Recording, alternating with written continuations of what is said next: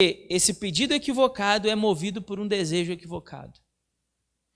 Ele é movido por um sentimento de alguém que não discerne aquilo que realmente precisa. Então, eles vão pedir aquilo que eles não precisam. O pedido de Bartimeu foi atendido por Jesus. Ele voltou a ver. Mas o pedido dos dois não foi atendido por Jesus. Outro detalhe importante nesse pedido equivocado dos discípulos é nos atentarmos, porque esse sentimento de poder, essa ambição egoísta dos discípulos, demonstra também uma realidade do ser humano em todos os tempos, desde o Éden. Desde o Éden. O homem deseja, seu coração é inclinado pelo desejo de poder. E aí, muitas vezes, esse poder, ele é um poder para possuir uma posição de destaque, mas não é necessariamente o desejo do poder para servir. Esse é um ponto para a gente pensar. Vou te dar um exemplo melhor para isso ficar mais claro. Normalmente, na nossa sociedade, quem tem poder, quem tem o cargo, tem a posição de poder, e o que se espera do que é poderoso é que ele sirva sobre aqueles que ele governa. Veja que é o que ele está dizendo aí no verso 42. Chamou para junto de si e disse: sabei que os reconhecidos como governantes dos gentios têm domínio sobre eles. Ou seja, aqueles que têm poder e posição de destaque deveriam ter o poder e a posição para servir aqueles sobre os quais lidera. Mas no geral não é assim, ele fala. Os seus poderosos exercem autoridade sobre eles, como que se dissesse: aqueles que têm poder, ao invés de servirem as pessoas, fazendo uso desse poder, se servem das pessoas. Então, o homem tem o título para servir, mas ele se serve das pessoas apenas para manter o seu título. E esse é o sentimento equivocado que está movendo o coração desses apóstolos. Por isso, Jesus, então, não vai permitir isso. Ele não vai conceder esse pedido. E antes que eu e você sejamos levados a pensar, de alguma maneira, como os discípulos Tiago e João podem ter feito um pedido como esse, eu queria que você parasse por um instante e refletido sobre quais têm sido os pedidos nas suas orações. Antes da gente ser tão precipitado a julgar o que eles pediram, pense e avalie sobre quais são os motivos das suas orações, o que você pede nas suas orações. E avalie por um momento se as tuas orações também não demonstram um egoísmo, um sentimento de justiça própria, um desejo pelo benefício pessoal, mais do que o altruísmo, o desprendimento, o serviço, o desejo por ser útil na vida de outra pessoa. De tornar a vida do meu irmão, da pessoa que me cerca, do meu próximo, um pouco melhor, de tornar o seu sofrimento talvez um pouco mais possível, porque você estava lá. Você estava lá. E por isso o sofrimento daquela pessoa se tornou um pouco mais possível de ser suportado. A dor dela se tornou um pouco mais amena. A fome dela foi um pouquinho mais saciada porque você pôde dividir. Ela pôde ser acolhida porque você estava lá para emprestar o seu ombro e o seu ouvido. Ela pôde ser erguida porque você estava lá para oferecer em serviço suas mãos, os seus braços para levantar. Então, no reino de Deus é isso que nos torna grandes. Na verdade, grandes aqui não é que a gente venha a ser mais importante do que os outros, mas grandes aqui é porque esse caminho do serviço nos torna mais parecidos com Jesus. A grandeza da vida cristã não está em receber um cargo mais importante, seja na igreja ou seja em qualquer outro lugar. A importância da vida cristã não está no cargo que você ocupa na igreja. Isso é passageiro, isso é temporal, isso tem prazo de validade. Assim como o cargo que você ocupa lá fora, seja na empresa, na organização que você faz parte, na instituição que você trabalha, não importa, o cargo que você ocupa lá tem prazo de validade. A grandeza aqui a que Jesus se refere é a grandeza de nos tornarmos mais parecidos com o nosso mestre. Cabe ao discípulo ser como o seu Senhor.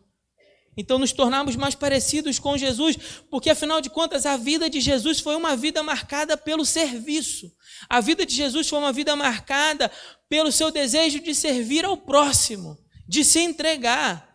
Por isso, o verso 45 é tão importante para entendermos o livro todo de Marcos. Porque ele vai dizer assim, pois o próprio Filho do Homem não veio para ser servido. Ora, se durante todo o livro Marcos fez questão de enfatizar todo o poder que Jesus tinha, poder sobre o mar, poder sobre a tempestade, poder sobre as enfermidades, poder sobre os demônios, poder sobre os seus algozes, agora ele vai dizer, olha, até mesmo o Filho do Homem, que é todo poderoso, não veio para ser servido, mas para servir. Mas para servir. Jesus é o servo da graça de Deus, que mesmo sendo todo poderoso, escolheu o caminho do serviço. Essa é a grande ideia desse texto. Jesus é o servo da graça de Deus. E mesmo tendo todo esse poder, escolheu o caminho do serviço. E ele vai dizer, mas para servir e dar a vida em resgate de muitos. Tem duas coisas aqui importantes para a gente dizer. Duas coisas. Primeira, quando ele diz assim, servir e dar a própria vida em resgate de muitos, está falando de um serviço de tamanha excelência, um serviço de alto nível, que chega ao ponto de entregar o que maior ele tinha para dar, o que de máximo Jesus tinha para dar, a vida. Ele deu a vida. Ele serviu ao ponto do que tinha de melhor para servir, ao máximo desse serviço. E fez isso em função de quê? Em função de resgatar a muitos. E aqui a referência é clara à obra expiatória de Jesus, ao fato de que Jesus morreu na cruz pelos nossos pecados, para perdão dos nossos pecados e salvação da nossa alma. Jesus serviu para que outros fossem salvos. Jesus se entregou para que eu e você fôssemos salvos. Jesus é o servo da graça de Deus que, mesmo tendo todo o poder, serviu ao ponto de entregar a sua própria vida para que eu e você fôssemos salvos.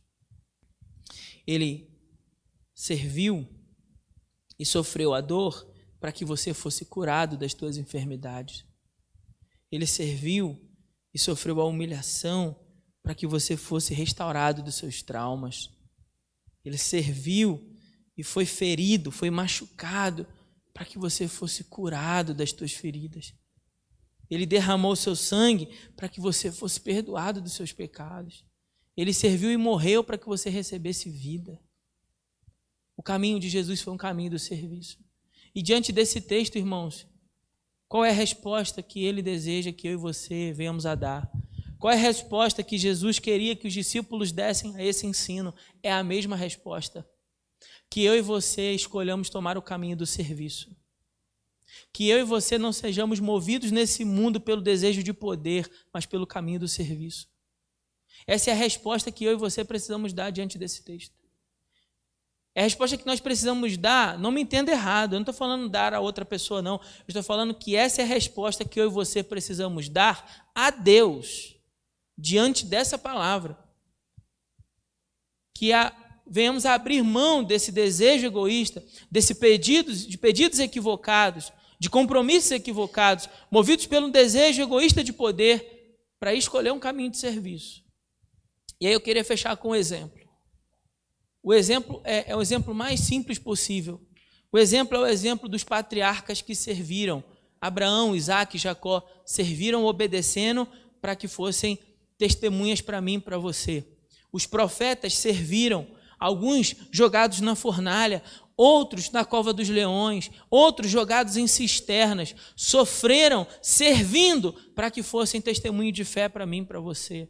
O próprio Jesus sofreu na cruz para que eu e você encontrássemos o caminho do serviço e a salvação. Os apóstolos serviram e todos eles passaram pelo caminho do martírio para que o evangelho chegasse um dia até nós. Nossos irmãos no início da igreja foram lançados no Coliseu para os leões comerem, matarem, devorarem. Foram espancados, foram torturados, foram expulsos de suas casas, muitas vezes fugindo no meio da noite com a roupa do corpo para servir a causa do evangelho. A história da igreja é movida por homens e mulheres de Deus que estavam tão descompromissados com esse mundo, mas compromissados com Deus, que serviram ao ponto de entregar o que tinham de melhor para que um dia o evangelho chegasse até mim e até você. Ainda hoje, nesse tempo da igreja, nós ouvimos falar de irmãos que estão servindo distante da família, longe dos pais, dos irmãos, das mães, dos seus parentes, dos amigos de infância, pelos rincões mais distantes desse país e pelos lugares do mundo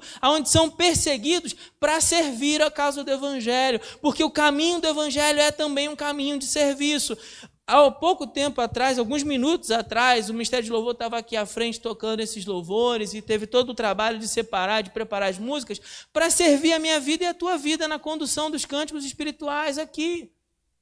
Nesse momento, irmãs estão lá embaixo com os nossos filhos para servirem à igreja nessa disposição de cuidar das nossas crianças. O caminho da vida cristã é um caminho de serviço. Eu e você precisamos responder a esse texto: sim, Senhor, desejamos servir. Sim, Senhor, vamos tomar o caminho da grandeza de sermos mais parecidos com Jesus e menos preocupados com o desejo pelo poder, por ser importante, por acumular riquezas, patrimônios, status, fama, reconhecimento mundano, posição social. Tudo isso tem prazo de validade, mas aquilo que a gente conquista no reino de Deus, Jesus disse no capítulo 10 para o jovem rico, se você se desfazer dessas coisas, você vai ter um tesouro que vai ficar para sempre na eternidade. Precisamos entender que o caminho da vida cristã é um caminho de serviço, de sermos úteis aos outros.